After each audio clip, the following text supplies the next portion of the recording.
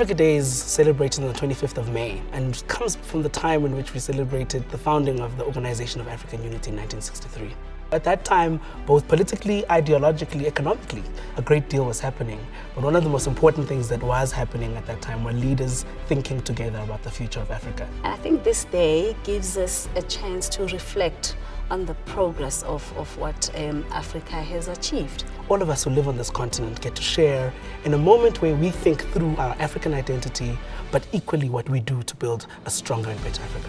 We want to plant that seed, you know, in that young gentleman to be the hero in their own continent. When I think about Africa Day, it's an opportunity to recognize culture, recognize invaluable pieces of just African tradition that we can still uncover, but also to do the important work of saying there's a lot of rich history here that is ours. So I think for me it's just more than anything an opportunity.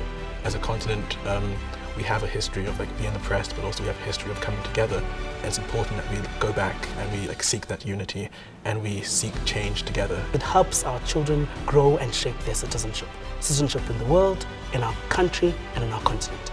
And there's lots to celebrate. There's the heritage that Africa has, the diversity, the languages that we speak. The success of the Kazungula project, which is a bridge between Botswana and Zambia. When I see the tech advancements happening in Lagos, Nigeria, the different movements happening in Nairobi around economic development and free trade. I do believe that it is important for us to stay in Africa as the youth because we can help it develop, we can move it forward. If we stay, we can really show people that Africa is the future.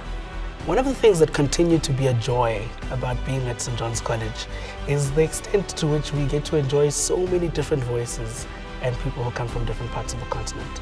It's important to us because it grows the idiom of community, of African community. It contributes so meaningfully to the learning experience of students, of staff, and of parents to meet people from different parts of the world.